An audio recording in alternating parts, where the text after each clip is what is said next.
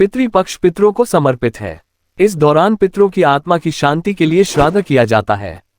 पंचांग के अनुसार पितृपक्ष की शुरुआत भाद्रपद माह की पूर्णिमा तिथि से होती है और अश्विन माह के कृष्ण पक्ष की अमावस्या तिथि पर इसका समापन होता है। पितृपक्ष यानी श्राद्ध का हिंदू धर्म में विशेष महत्व होता है।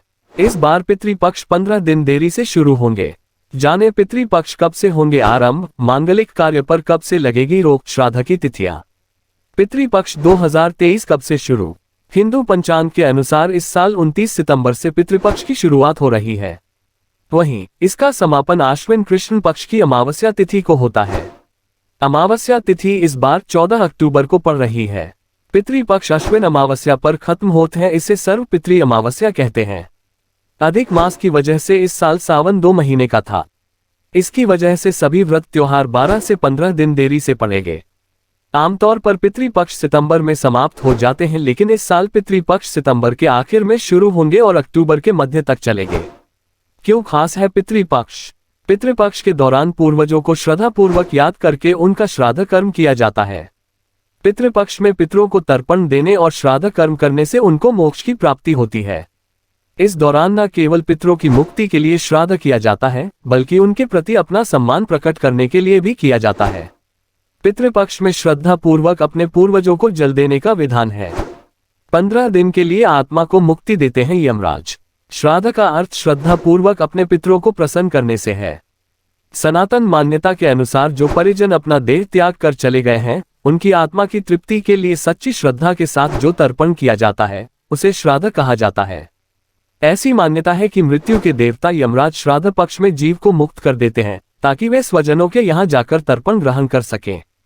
जिस किसी के परिजन, चाहे वह विवाहित हो या अविवाहित हो, बच्चा हो या बुजुर्ग, स्त्री हो या पुरुष, उनकी मृत्यु हो चुकी है, उन्हें पितर कहा जाता है।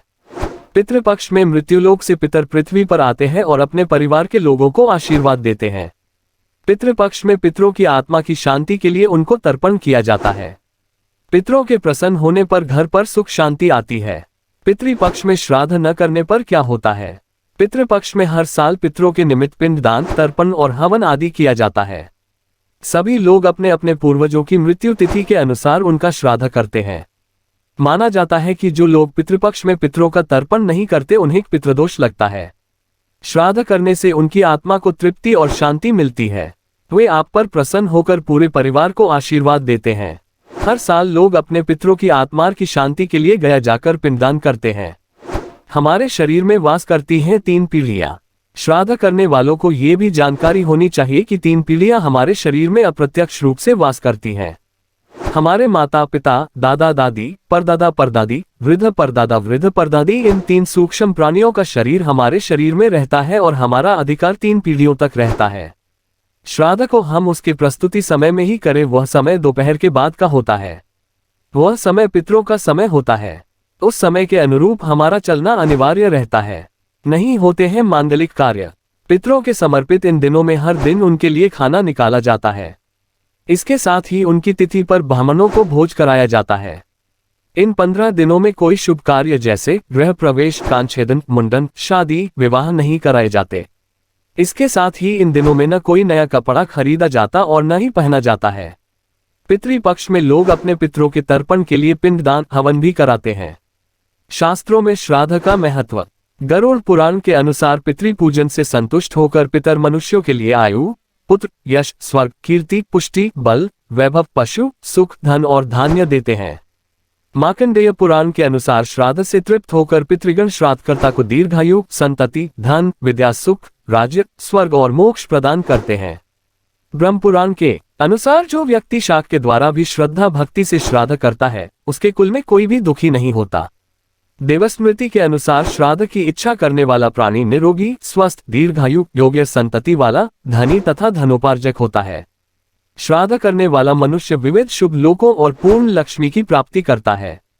श्राद्ध का विधान। हिंदू शास्त्रों के अनुसार मृत्यु होने पर मनुष्य की जीवात्मा चंद्रलोक की तरफ जाती है और ऊंची उठकर पितृलोक में पहुंचती है। इन मृतात्माओं को अपने नियत स्थान तक पहुंचने की शक्ति प्रदान करने के लिए पिंडदान और श्राद्ध का विधान है। कैसे करें श्राद्ध? श्रद्धा विधि। पितृपक्ष में हर दिन तर्पण करना चाहिए। पानी में दूध, जौ, चावल और गंगाजल डालकर तर्पण किया जाता है। इस दौरान पिंड दान करना चाहिए। श्राद्ध कर्म में पके हुए चावल, दूध और तिल को मिलकर पिंड बनाए जाते हैं। पिंड को शरीर का प्रतीक माना जाता है। इस दौरान कोई भी शुभ कार्य, विशेष पूजा पाठ और अनुष्ठान नहीं करना चाहिए। हालांकि देवताओं की नित्य पूजा को बंद नहीं करना चाहिए। श्राद्ध के दौरान पान खाने, तेल लगाने और संभोग की मनाही है। इस दौरान रंगीन फूलों का इस्तेमाल भी वर्जित है। पितृपक्ष में चना, मसूर, बैंगन, हींग, शलजम, मांस, लहसुन, प्याज और काला नमक भी नहीं खाया जाता है। इस दौरान कई लोग नए वस्त्र, नया भवन, गहने या अन्य कीमती सामान नहीं खरीदते हैं।